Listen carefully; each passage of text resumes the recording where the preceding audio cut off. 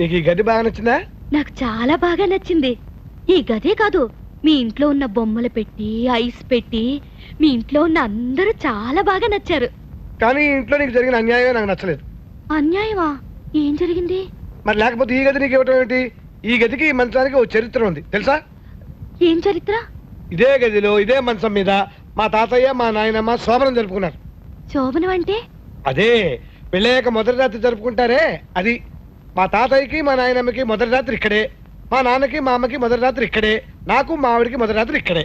ఆహా అలాగా. ఈ గదికి మేము పెట్టే పేరు శోభనాల గది. శోభనాల గదిలో నిన్ను ఉంచారు. మరి నీకేమో పెళ్లి కూడా కాలేదు. అది బాధే కదా. మరి ఏమంటావు? షార్ప్ గా దాని మీద తినేస్తున్నారా? బ్రిస్క్ గా చెబుదామని. ఇదేమో పల్లెటూరు పిల్ల, కొత్త ఊరు, కొత్త అట్మాస్ఫియర్ కదా. నువ్వేం కొత్త ఫీల్ అవ్వద్దు, మేమంతా ఉన్నామని ధైర్యం చెప్తాను అంతే. నేను స్నానం చేయమన్నానా? పెట్టి స్నానం చేయి. స్నానం అంటే స్నానం ఏం చేయక్కర్లేదు. సింపుల్ గా 2 చెంబులు పోసుకుంటే బ్రిస్క్ గా ఉంటుంది. ఇప్పుడేగా వచ్చింది, అప్పుడే సుత్తి మొదలు పెట్టారంటే.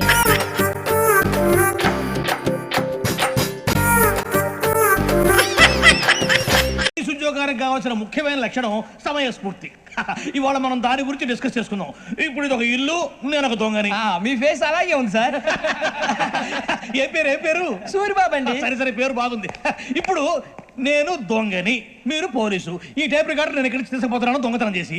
మీరు నన్ను ఎట్లా అడ్డుకుంటారు, ఎట్లా పట్టుకుంటారు అది చూద్దాం. ఇప్పుడు ఎవరు వస్తారు? సూరిబాబు నువ్వు రావయ్యా, నీకు మంచి టైమింగ్ ఉంది. ఇందాక కూడా మంచి జోక్ వేసావు సార్. ఇప్పుడు నేను ఎవరు?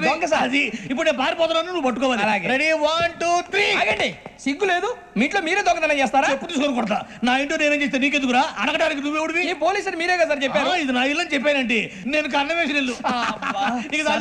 ఒక్కసారి రంజిత్ నువ్వు రా దొంగను పట్టుకుంది కదా. స్కీమ్ మొత్తం గుర్తుంది కదా నీకు? గుర్తుంది sir. Ready 1 2 3. Stop there. Under section 136 of IPC, stealing of a tape recorder is a crime and you can be punished up to 3 months of prison or a fine up to 5,000 rupees. నువ్వు ఏదో సోలు మొత్తం చెప్పేదాకా వాడు ఉంటాడండి. ఎప్పుడు పారిపోతాడు. ఈ సెక్షన్ బుక్స్లు చేస్తే వాడు దొంగతనానికి ఎందుకు వస్తాడు? నల్ల కోట వేసుకొని కోర్టులో ప్రాక్టీస్ చేసుకుంటాడు. ఇక చాలే పో. ఎందుకు వస్తారేమో ప్రాణం తీయడానికి. ఎవరున్నారు ఇంకా? వెంకటేశ్వరరావు సార్, నువ్వు రావయ్యా. నువ్వు అంత మాత్రం ఇప్పుడు వెళ్ళిరా. ఏం స్వామి, నువ్వు కరెక్ట్ గా చేస్తావా వాళ్ళలాగే చేస్తావా? చేస్తావా? పట్టుకోండి, పరిగెత్తండి. 1 అవన్నీ వద్దు, పరిగెత్తండి.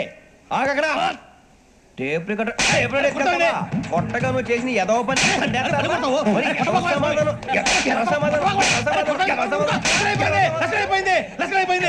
ఎలా ఉంది సార్? ఏంది నేను ఇప్పుడు చేసింది? అబ్బో చాలా బాగా చేసావు. లేదు సార్, కావాలంటే చెప్పండి, మళ్ళీ చేస్తాను. నేను అంత ఇంకే కొంచెం స్పైల్ అయిపోతుంది. నువ్వు చెప్తా. అబ్బో ఏం కొట్టాడు ఆయన.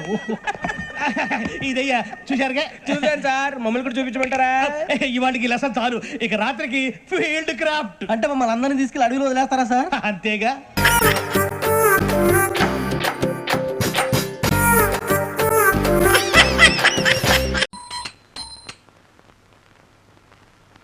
మీ కేసు విషయంలో పెద్దగా తెలివితేటలు ఉపయోగించాల్సిన అవసరం లేదండి.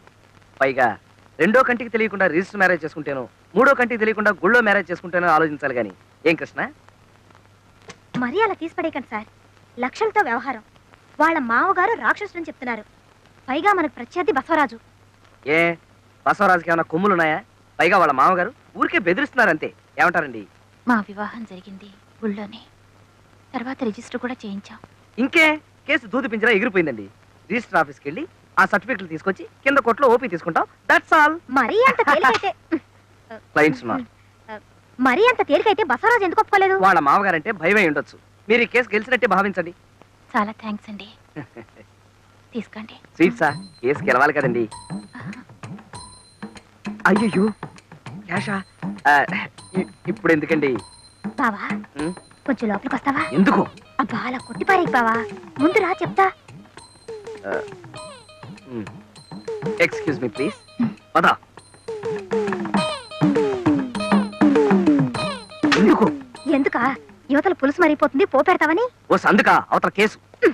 ఆ కేసు కూడా అలాగే ఏడ్చింది, పోపు బొగ్గులు లేకుండా. నువ్వు అసలు హాయిగా ఈ లా మానేసి ఏ కుక్కుగానో సెటిల్ అయితే బెస్ట్. ఏంటి ఎవరి దగ్గర ఎంత ఫీజు గుంజాలో ఏం తెలీదు. ఏం మనిషివో. తీసుకుంటూనే ఉన్నాం కదంటే ఇంత ప్యాకెట్. తీసుకుంటున్నావు, ఇలాగే తీసుకుంటూ ఉండు. రేపు కేసు గెలిచిన తర్వాత ఫీజు కింద తవలపాకు, బళ్ళారక్క, పావలా బిళ్ళ చేతికి అందిస్తారు. ఏమిటో నువ్వు చెప్పేది నాకేం అర్థం కావట్లేదే. నా మాట కొంచెం విను బావా. మనం గనక కేసు గెలిపించకపోతే ఆవిడ ఆస్తి మొత్తం వాళ్ళ మామగారు కొట్టేస్తాడు. అలాంటి ఆస్తిని మనం అడ్డం కొట్టి ఆవిడకి అప్పగిస్తున్నాం. అందులో కొంత పర్సెంట్ అడుగుదాం. నా ఎస్టిమేషన్ ప్రకారం అధమా పక్ష సుజాత గారు రాస్తే ₹1,00,00,000 ఉంటుంది. అందులో ఓ 2% అడుగుదాం. 2% అంటే ఓ 20 రూపీస్. వెర్రి మొహమా, 2 లక్షలు. 2 లక్షలు.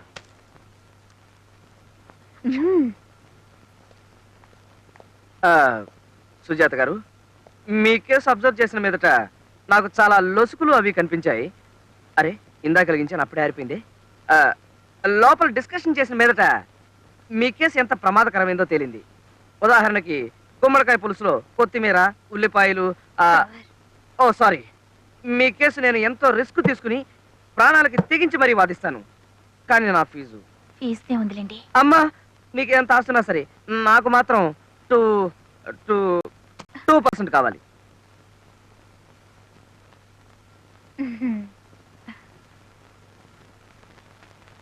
అలాగే.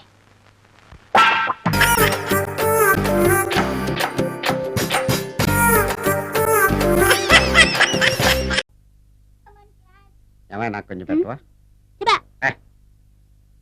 సుందరం సుందరం సుందరం, ఏమై ఆగవా? కామిని మోహినీలు కనిపించినాయా? కనిపించడం ఏంటండి, మీకు తెలవదా? ఏకంగా నా ఇంటికి వచ్చేస్తాను. ఏంటి, నీకు షాకులు ఇవ్వడం కూడా వచ్చానమాట? షాకులు ఇవ్వడం ఏంటండి? సరే గానీ ఇన్ని ఫుడ్ ప్యాకెట్స్ పట్టుకెళ్తున్నావు అంటే ఫ్లాట్ లో ఉండేది నువ్వు అక్కడే కదా? చెప్పాను కదా, మోహిని కూడా ఇంట్లోనే ఉందని. దానికి పెండం పట్టుకెళ్తున్నాను. ఆవిడిప్పిస్తున్నాడు కదా, నోటుకొచ్చినట్టల్లా వాగినందుకు ఎదవని అనుకుంటున్నాను అన్నాడు. ఏమండి, మీరేమన్నా అన్నారు ఇప్పుడు? అన్నాను గానీ నిన్ను కాదు. ఓ అవును, ఇవన్నీ కూడా మోహిని పిశాచానికి పిండం పెట్టడానికే? అవును. నేను నీ కంటికి చాలా ఎదవలా కనబడుతున్నానండి. నా కంటికి మీరు అలా కనపడలేదు. ఎదుటోళ్ళ కంటికి కనబడుతున్నానా? ఆ విషయం వాళ్ళని అడగండి. మిస్టర్ సుందరం, నీతో కొంచెం సీరియస్ గా మాట్లాడాలి. ఏంటి? నీ మిడ్ నైట్ మసాలా గురించి. ఇప్పుడొద్దు, నాకు మూడ్ వచ్చాక. మందులోకి నంచుకోవడాకేం లేదు, బిర్యానీలోంచి మంచి లెగ్ పీస్లు ఉంటే 2 కొట్టు. అమ్మో, మోహినికి పిండంలో ఏదైనా తేడా వచ్చిందంటే నాకు పిండం పెట్టేస్తుంది. సారీ. నేను సారీ.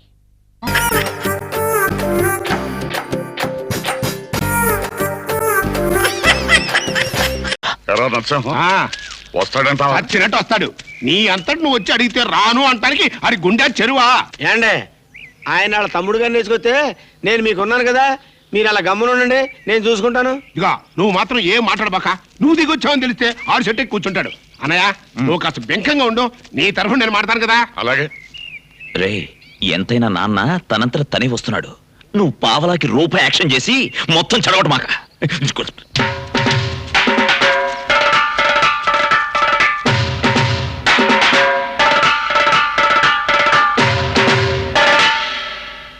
ఎంత ధైర్యం రా నీకు? ఈ ఊళ్ళో నా మాటకు ఎదురు లేదు, నన్ను చూసి భయపడినోడు లేడు. అలాంటి నేను నా అంతలుగా నీ దగ్గరికి వస్తే పెద్ద పొగరబోతులాగా తలదిప్పుకుంటావా? అబ్బే, ఇవి నా మాటలు కాదు బాబు, మీ నాన్నగారి మాటలు. ఏంటి, ఆయన మాటలు రావా? నిన్ను తోడు తెచ్చుకున్నాడు, ఎందుకలా గొంతు చించుకుంటాడు? ఆయన అరుపులకైనా భయపడతాననుకున్నాడా? అసలు ఎందుకు వచ్చాడంట? అయ్యి బాబాయ్, ఈ నా మాటలు కదా గారు, అబ్బాయి గారు చెప్పండి మాటలు. చేసిన ఏదో పని చాలు, నోరు మూసుకుని ఇంటికి రా. ఈ కూడా మీ నాన్నగారి మాటలే. అలా అడిగితే రావాల్సిన అవసరం మాకేం లేదు. మీరు చీ అన్నా ఛా అన్నా పడి ఉండడానికి నేను ఆ ఇంటి కుక్కనేం కాదు. అయ్యి అబ్బాయి గారి మాట. చేసిన ఏదో పనికి లంపలేసుకుని బుద్ధిగా ఇంటికి రమ్మను. రాకపోతే ఏం చేస్తావు? నా ఆస్తిలో చిల్లి గవ్వ కూడా ఇవ్వను. బోడేస్తే ఎవరికి కావాలి? ఈ మొక్క గట్టిగా గుర్తుంచుకో. రేపు మళ్ళీ మనసు మార్చుకుని తప్పు అయిపోయింది, నన్ను క్షమించను అన్నా అన్న గొమ్మల్లో కాలు పెడితే కాళ్ళు నరికి బయటికి పంపిస్తా. అంత కర్మ నాకేం పట్టలేదు. తిండి దొరకపోతే బస్ స్టాండ్ లో అయ్యా, అమ్మ, తండ్రే అని అడుక్కుంటానేమో గానీ మీ ఇంట్లో అడుగు కాదు కదా, అంగుళం కూడా పెట్టను. అన్నయ్య అనేశాడు. ఒక్క విషయం గుర్తుంచుకో, నీకు బుద్ధొచ్చి నీ అంత నువ్వే వచ్చి నాన్న నన్ను క్షమించు అనే వరకు నీ ముఖం కూడా చూడు. నువ్వు కూడా ఒకటి గుర్తుంచుకో, ఆ అమ్మాయిని బయటికి పంపేంత వరకు నేను ఆ ఇంట్లో అడుగు పెట్టను. అది జరగదు. ఇది జరగదు. పోరా, నిలవ నీళ్ళకుండా పోతావురా. అంత మాట్లాడకండి. అబ్బాయి గారు ఉండడానికి పెద్ద బంగ్లా చూసాం. బంగ్లా చూసావా? ఒరే నరసింహం, ఈ ఎదవ ఉన్నంతకాలం ఈ ఎదవ కూడా బాగుపెట్టాం. ఇక మరి వెళ్దాం పద. ఇదిగో నరసింహం గారు, జాగ్రత్త అండి, పొలం గట్ల మీద ఈ వయసులో కాలు తడితే బాగుండదు. ఎలా ఇచ్చారండి మడతలో కెడతా? ఒకసారి తిరగరా. అయ్య బాబా, బాబాయ్ ఇలా కొట్టారంటండి. మా నాన్న ఎప్పుడు పిలుస్తాడా, ఎప్పుడు ఇంటికి వెళ్ళిపోదావా అని ఎదురు చూస్తుంటే మొత్తం చెడగొట్టావు కదరా. ఏంటండి ఇంటికి వెళ్ళిపోదాం అనుకుంటున్నారా? సిగ్గు లేకపోతే సరే. మొన్నటిదాకా దాని మొహం నేను చూడను, గడద గుడ్డు మరతలో కెడతా అన్నారు. ఇప్పుడేమో నేను ఇంటికి వెళ్ళిపోతాను, నాకు రోషం లేదు, నాకు మేషం లేదు. నోర్మోయ్, నాకు మీసం ఉంది. అవునరా రే, నన్ను ఏదో పెద్ద బంగ్లాకి తీసుకెళ్తున్నావు కదా, ఎక్కడ రాది? మరి అదే మడతలో కెడుతుంటే రండి చెప్తాను. రండి.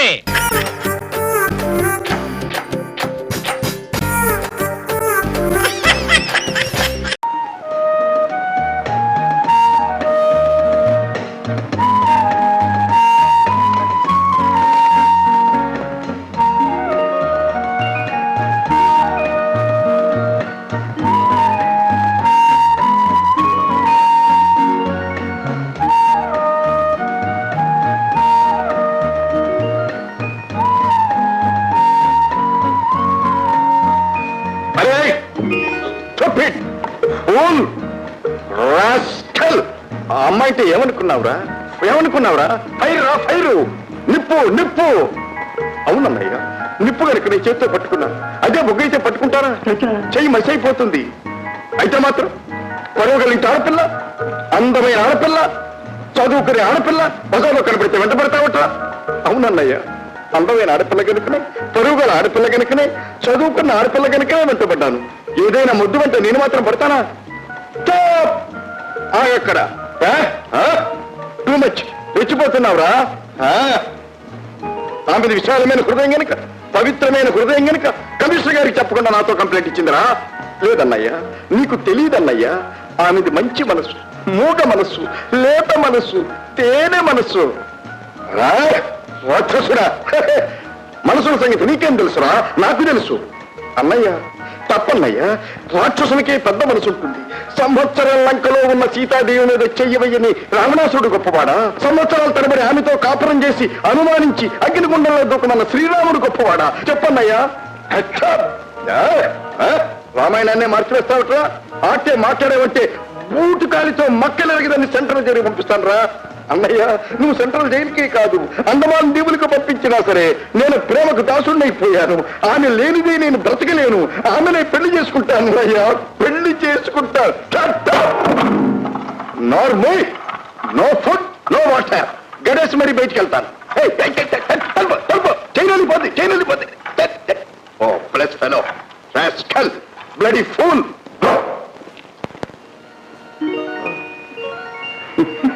మీరా ఆ ఇడియట్ అన్న మాటలు విన్నారా? విన్నది కదా. నేనన్న మాటలు విన్నారా? సరే, అసలు మీరు ఎందుకు వచ్చినట్టు? నీ మనసుకు రావాలనిపిస్తే రా అన్నారు. చాలా కోపం అండి. ఈ విషయంలో చాలా సీరియస్ అండి. స్ట్రాంగ్గానే కొట్టారు. గాడిదలను స్పేర్ చేయకూడదండి, తన్నాల్సిందే. మూలంగా అన్నదమ్ముల మధ్య గొడవలు అలాగే అనుకోకండి. ఆమె పోలీస్ ఆఫీసర్. డ్యూటీ అది నా విద్యుత్ ధర్మం. పాపం ఆయన చాలా మంచివారు అనిపిస్తున్నారండి. ఏమిటండి, వాడు మీకు మంచి వాళ్ళకి కనిపిస్తున్నాడా? ఓసారి బురద గుంట్లో కూడా తోసేశాడు. వాడి మీద మీరు దారి పడుతున్నారండి. ఎంత మెత్తని మనసు అండి, మీరు దిగదారి పడుతున్నారు. ఒక్కసారి చెప్పొస్తానండి. ఒక్కసారి తల కనుక లోపల పెట్టారంటే ముక్కుల చక్కన కొరికేస్తాడు. తర్వాత మీ ఇష్టం. నోరు లెగుస్తుందిరా, పంప రేపేస్తాను, జాగ్రత్త. నోరు ముసుకుని పడిండు. చెప్తున్నా పదండి.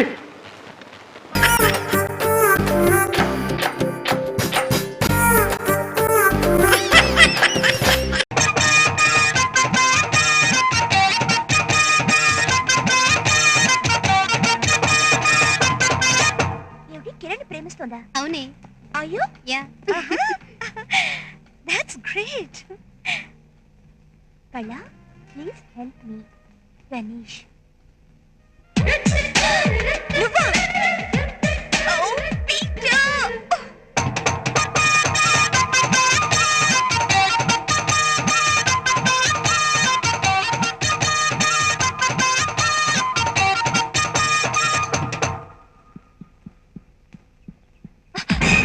Good morning ma'am.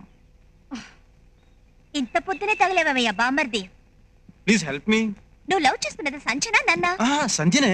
దాని కొంచెం రికమెండేషన్ ఉంటే. రికమెండ్ చేయడానికి ఇదేమైనా ఎంపీ సీటా ఎమ్మెల్యే సీటా? ఆడపిల్ల హార్ట్ అయ్యా బాబు, హార్ట్. లేదు కళ, నువ్వు తలుచుకుంటే సంజయ్ హార్ట్ లో నా కోసం పార్ట్ ఖాళీ అవుతుంది. ఆడపిల్ల మనసు మరో ఆడపిల్లకి తెలుసు కదా ప్లీజ్. అదంతా ఒట్టి హంబక్. ఓ కళ, అలా అనక్ కళ. ఇంతగా నీ వెంట పడుతున్నా నీకు జాలేయటం లేదు, కనీసం దయ కూడా కలగడం లేదా? 4 ఏళ్ళ నుండి పెంచుకున్న నా ప్రేమకు ప్రాణం పైవా ప్లీజ్.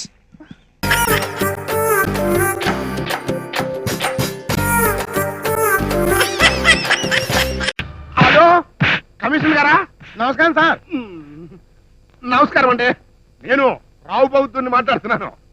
ఇప్పుడు నా దగ్గర పనిచేసి ఎదవలిద్దరూ చాలా విలువైన విగ్రహం కొట్టేసి నా కారులో పారిపోతున్నారండి.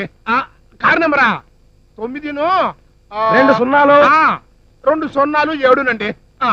వెంటనే పట్టుకోవాలి. అడ్డెడ్డెడ్డెడ్డెడ్డెడ్డె కమిషనర్ తో మాట్లాడి ఎలా ఫోన్ పెట్టడం లేదో అలా దొంగలు పట్టేశారు. వాటి ఆశ్చర్యం. Please, is it Andhra? You it police? I it Rao Bahadur? No, shut up please. Thanks please. తెలివిగా ప్రవర్తించాను అనుకోకు. నీ రివర్స్ డ్రామాతో కమిషనర్ ని నమ్మించి ఇవాళకి నువ్వు బ్రతికిపోయి ఉండొచ్చు. కానీ దీన్ని నమ్మేసిన విషయం నాకు తెలుసు.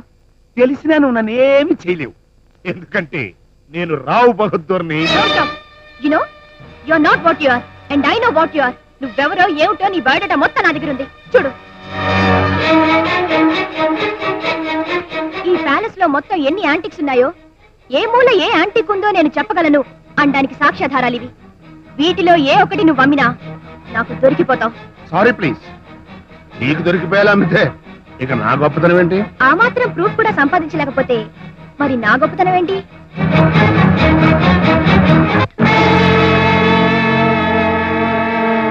కమ్ము తిన్నావా? లేదు, బాంబు తిన్నాడు. అవుట్.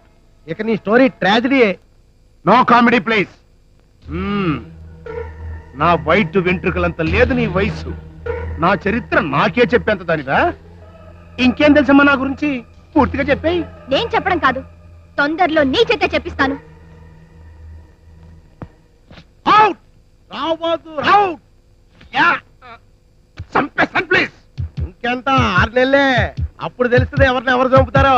రేయ్ శంకర నాద శరీరాహరా జీవేశ్వరా రోజ్ రోజ్ రోజ్ రోజ్ రోజా పువ్వా వా బోలే బోలే బోలే బోలే బోలే బోలే బోలే ఆపుతావా నీ అంత్యాక్షరే? ఓకే. నాకేం తెలీదు.